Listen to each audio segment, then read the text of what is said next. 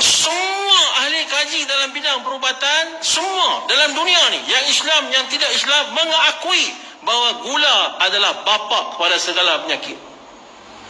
Jadi siapa-siapa yang ada kencing manis, gula wajib off.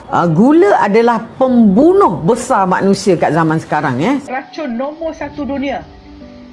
Segala gula yang tinggi dalam darah tu pergi kat mata, jadi buta. So orang yang ada kencing manis yang tak kawal gula dia, kemungkinan untuk buta 25 kali ganda. Dan penyebab utama kebutaan di dunia adalah kencing manis. Lepas tu pergi kat buah pinggang pula, rosak buah pinggang. Kalau kita pergi dialysis center, 90% semuanya sebab kencing manis. Kalau tengok orang kena potong kaki pun kencing manis sebab saraf mereka rosak. Dan orang lelaki yang tidak kawal gulanya akan hilang sifat kelelakiannya. So gula ini memang racun yang sangat-sangat berbahaya. 70% daripada gula putih adalah fruktos.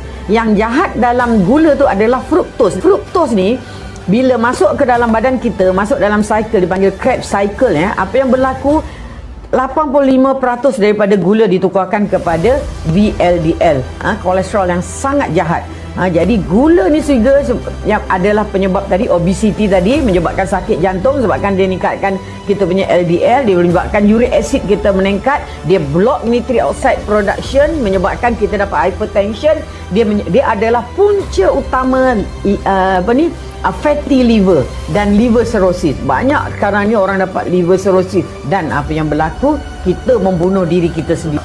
Kita perlu faham bahawa gula bukan semata-mata kerana kalori. Bahaya gula kerana ia menyebabkan keradangan, ia mengganggu sistem metabolisme tubuh, ia menyebabkan masalah rintangan insulin, menyebabkan penyakit diabetes, kanser, penyakit stroke, penyakit kardiovaskular dan sebagainya. Kita perlu berhenti makan gula dan gantikan gula dengan pemanis yang lain.